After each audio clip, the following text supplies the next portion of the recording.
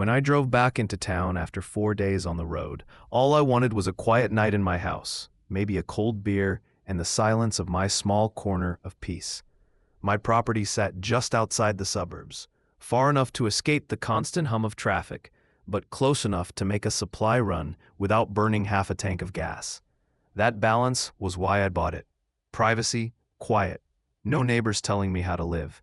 But the second I turned onto my street, I knew something was off. Cars lined both sides of the road. Lawns were filled with folding chairs, banners, and tables stacked with paper pamphlets. The sight of my own driveway nearly stopped my heart. There were tents pitched on the grass, kids running around, and strangers lugging coolers up my porch steps as if they lived there. I slammed the brakes and jumped out of my truck.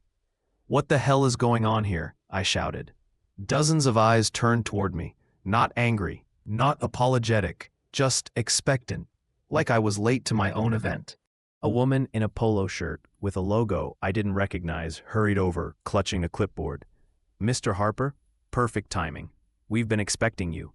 Welcome to the Willow Creek Community Healing Weekend." She said it like it was something official ordained by law. "My name is Harper," I admitted, stunned. "But this is my property. You people are trespassing." The woman blinked like she hadn't heard me. "Oh no, sir. The HOA approved everything months ago. Didn't you see the notice? You're hosting this year's retreat." Her words landed like a hammer. I didn't live in an HOA. That was the entire reason I'd bought this house. I wanted freedom, not some board telling me what color mailbox I could have. Before I could argue further, she shoved a glossy flyer into my hands. The cover showed photos of my backyard, labeled with phrases like reflection garden and community wellness space. The flyer even carried the Willow Creek HOA's letterhead and what looked like a county feel. I wanted to laugh it off, but my stomach was already turning. Somehow, someone had paperwork, logos, even a website printed on the flyer. "This is fake," I snapped, but my voice sounded weak even to me. That night, I barely slept. My own house felt like a stage, with hundreds of strangers camping outside. Tents filled my lawn. Extension cords snaked out of my outlets. Someone had set up a coffee station on my porch like it belonged to the neighborhood. Every time I looked out the window, I saw people who had paid for something they thought was real, smiling like they were safe. The next morning, the ringleader arrived. I heard the SUV before I saw it, a shiny black thing that looked like it had never once touched a dirt road. Out stepped a woman in her 50s, perfectly dressed, the kind of cold precision you only see in boardrooms or high-end real estate offices. She didn't knock. She marched right up my steps and gave me a politician's smile. "Mr. Harper," she said smoothly, extending a hand. "I'm Margaret Cole, president of the Willow Creek Homeowners Association. Thank you for opening your property to us." I didn't take her hand. "This is my private land. I'm not part of your HOA, and I never agreed to anything. Everyone needs to leave. Now." Her smile didn't falter. If anything, it deepened.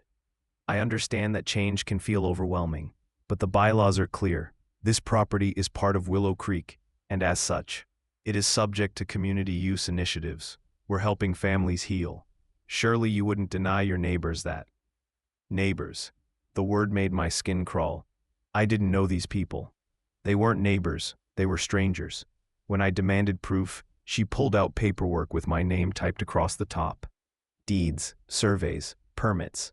My stomach dropped when I saw my late sister's name listed on one form. A woman Margaret could not possibly have known about, unless she had dug into records no one else touched. "How did you get this?" I asked, my voice shaking. Margaret's eyes softened with a predator's sympathy.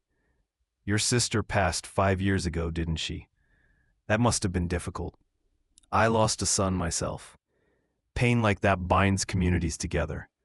That's why we're here. To heal you too." For a moment I couldn't breathe. She knew details of my family's private tragedy, things I had never spoken about outside a handful of legal documents. My grief, my guilt, weaponized and laid bare. Later that day, my only real ally showed up. Joe, My neighbor 2 miles down, a retired cop who'd seen enough to recognize a setup when he saw one. He found me pacing my kitchen, fists clenched, eyes fixed on the circus outside. "They've been watching you," Joe said flatly. "I spotted surveillance gear on the ridge this morning. High-grade stuff. Cameras, long lenses.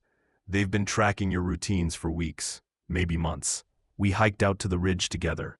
Hidden behind the trees was a black SUV, same kind of luxury ride Margaret had arrived in. Inside sat a man with a camera pointed straight at my house. On the dash lay a folder filled with photographs.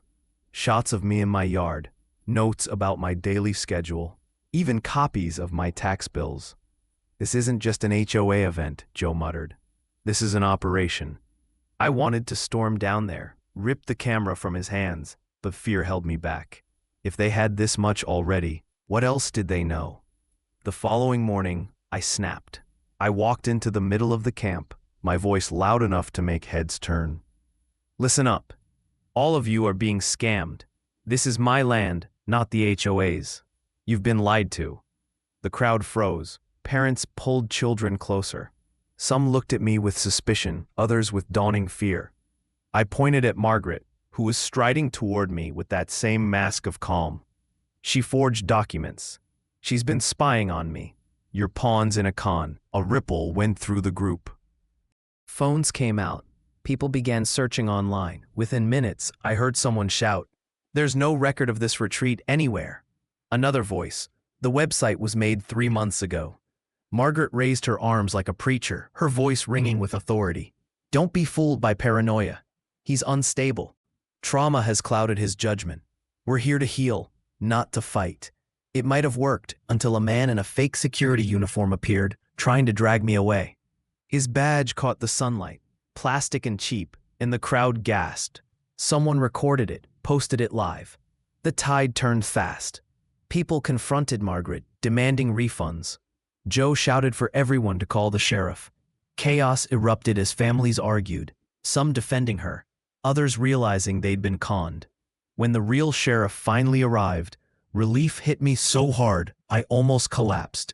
He reviewed my deed, my boundaries, the so-called permits Margaret waved in his face. His verdict was blunt.